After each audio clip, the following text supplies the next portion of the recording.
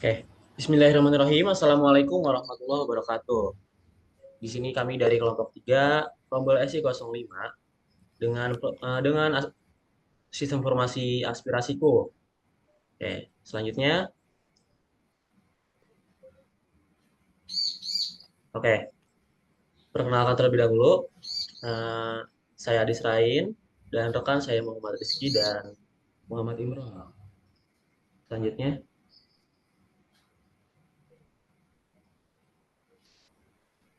oke, apa itu aspirasiku? Aspirasiku adalah sebuah aplikasi online berbasis Android yang dirancang khusus untuk memfasilitasi mahasiswa STT terpadu Nurul Fikri dalam menyampaikan aspirasi, kritik, saran, atau ide-ide konstruktif terkait pengembangan kampus. Aplikasi ini bertujuan menciptakan komunikasi yang efektif antara mahasiswa dan pihak kampus, sehingga dapat membantu membangun lingkungan akademik yang lebih baik dan inklusif. Melalui aspirasiku, mahasiswa dapat dengan mudah menyalurkan aspirasi, memantau tanggapan atau perkembangan terkait aspirasi yang disampaikan, serta mendapatkan notifikasi mengenai tindak lanjut dari pihak kampus. Okay, next.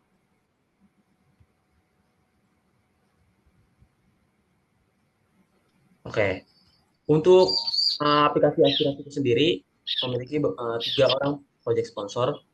Yang pertama itu ada Kak Egy Samisdi. Nah, beliau ini selaku Ketua DPMIM STTNF yang beralamatkan di Depok. Kemudian yang kedua ada Kak Muhammad Yafi Akmal. Nah, beliau ini menjabat sebagai pengurus inti Komisi 2 Aspirasi DPMIM STTNF yang beralamat di Bogor. Dan yang ketiga itu ada Kak Muzaki Abdullah Irsyad sebagai asisten dosen mata kuliah pengantar sistem informasi yang beralamatkan di Jakarta Timur. NX.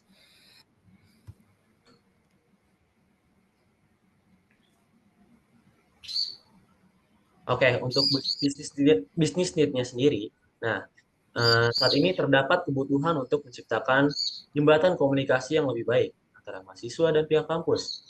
Mahasiswa sering merasa aspirasi mereka tidak didengar atau diabaikan akibat minimnya saluran formal, kurangnya transparansi dalam penanganan aspirasi, dan rendahnya keterlibatan mereka dalam pengambilan keputusan. Aspirasiku hadir sebagai solusi untuk menjawab permasalahan tersebut dengan menyediakan platform yang terstruktur dan mudah digunakan. Aplikasi ini memungkinkan mahasiswa menyampaikan aspirasi secara anonim atau terbuka, melacak status aspirasi secara real time, serta memberikan ruang diskusi konstruktif dengan pihak. Aspirasi itu juga mendukung sistem untuk menentukan aspirasi dan menyajikan berita kampus terkini, sehingga menciptakan lingkungan akademik yang lebih transparan, partisipatif, dan kolaboratif. Dengan fitur notifikasi, pelacakan timeline, dan pembaruan status yang jelas, aspirasiku memastikan aspirasi mahasiswa ditangani dengan akuntabilitas, mendukung evaluasi kebijakan, serta membangun hubungan yang lebih erat antara mahasiswa dan pihak kampus. Next.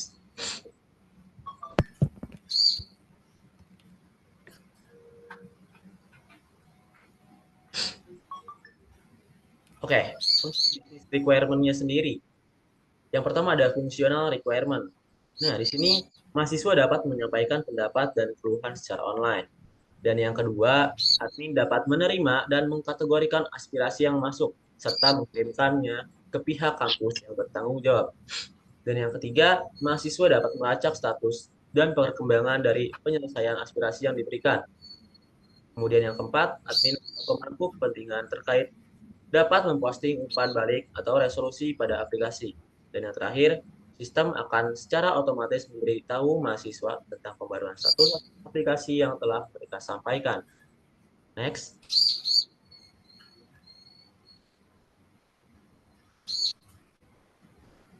Jika tadi adalah fungsional requirement, sekarang ada non-fungsional requirement-nya. Nah, yang pertama ada operasional requirement.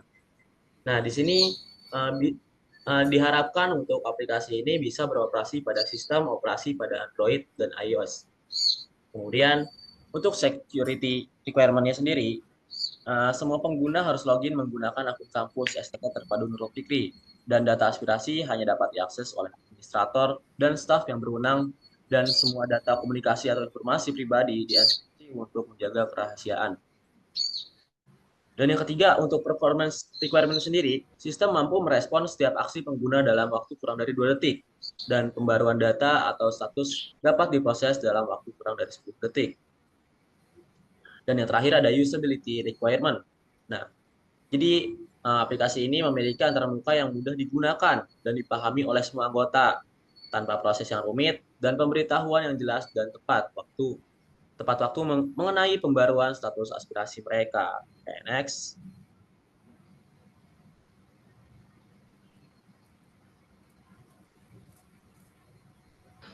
Oke, baik. Selanjutnya di sini ada business value. Business value di sini ada intangible dan tangible. Nah, di intangible ini ada 3 poin. Yang pertama, mahasiswa dapat menyampaikan keluhan, saran, salah terkait layanan kampus, layanan akademik, atau juga fasilitas yang tersedia dengan cara yang lebih cepat dan efektif. Yang kedua, mahasiswa memiliki kebebasan untuk melacak semua aspirasi yang telah diajukan. Dan pembaruan status aspirasi diberikan kepada mahasiswa. Dan yang terakhir ada menciptakan ruang untuk komunikasi langsung antara mahasiswa dan pihak kampus. Gunanya apa? Untuk memperpendek jarak komunikasi dan menghasilkan umpan balik yang lebih cepat. Nah, selanjutnya ada tangible. Tangible ini ada 2. Yang pertama, penghematan waktu dan biaya. Nah, terus mengurangi semua proses penggunaan kertas dan prosedur manual untuk membuat rekomendasi dan laporan.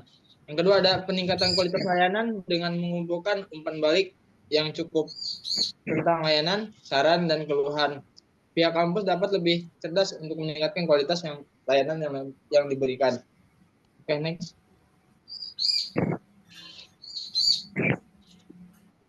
Baik, selanjutnya ada special issues atau constraint. Di sini ada batasan dan tantangan yang dapat diperhatikan dalam perancangan aspirasiku. Dan lainnya itu yang pertama ada aplikasi ini harus mematuhi undang-undang pelindungan data seperti Data Protection Act dan mengikuti kebijakan kampus terkait privasi mahasiswa. Yang kedua, membangun aplikasi yang dibatasi oleh anggaran kampus dan DPM, sehingga fitur tambahan seperti kecerdasan AI atau layanan cloud premium harus mempertimbangkan dari segi biayanya. Dan yang terakhir ada aplikasi ini harus selesai dan siap digunakan dalam 1 semester untuk mendukung pembukaan tahun ajaran baru. Oke, next. Next, analis data dan informasi. Pertama, data siswa. Itu data yang diperlukan itu data NIM, nama siswa, email jurusan yang bersumber dari sistem akademik kampus. Yang kedua ada data aspirasi, yaitu data kategori aspirasi, deskripsi, tanggal pengajuan, status aspirasi yang diajukan oleh mahasiswa. Yang ketiga ada data feedback, data tanggapan, status resolusi, atau penyelesaian yang diunggah oleh pihak kampus atau admin. Yang keempat ada data voting, data jumlah suara pada setiap aspirasi yang diberikan oleh mahasiswa. Yang terakhir ada data notifikasi, yaitu data pemberitahuan status terbaru aspirasi yang dikirimkan kepada mahasiswa. Next.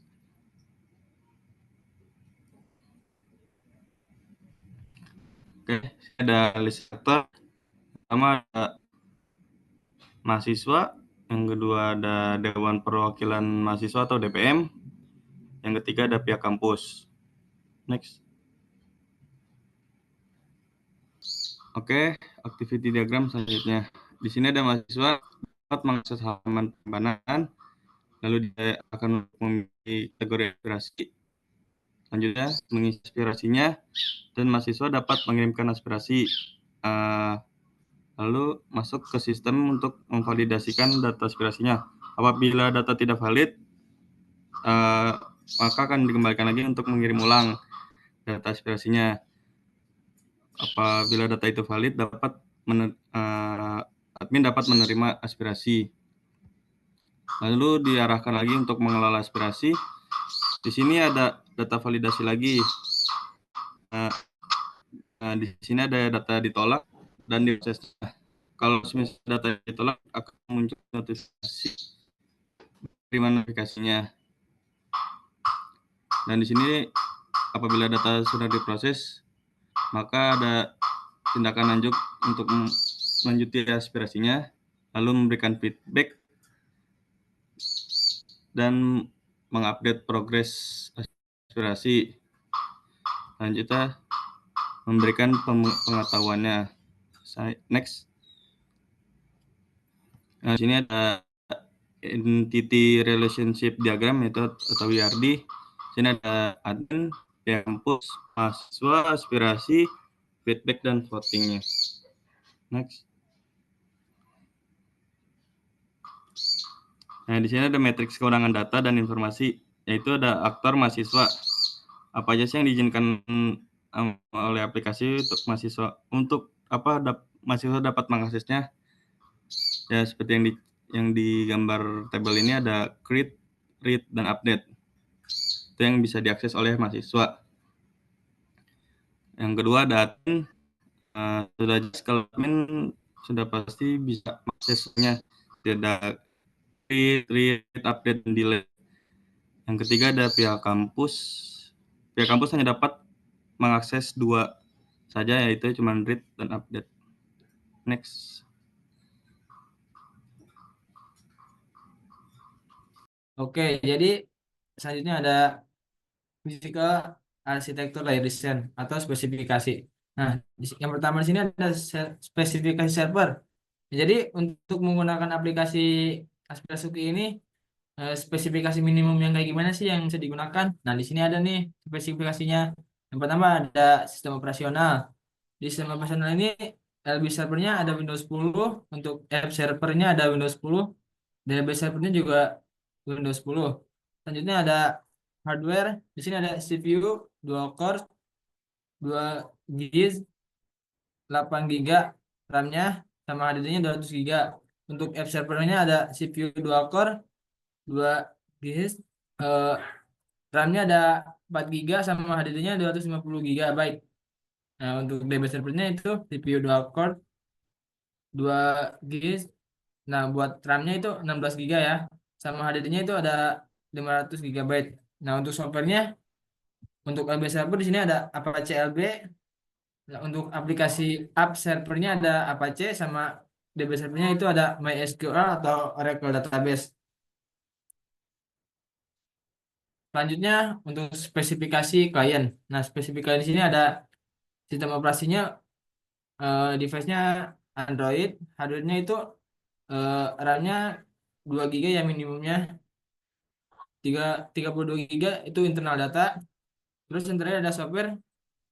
Software-nya itu aplikasi Aspirasiku. Oke, baik, mungkin itu saja.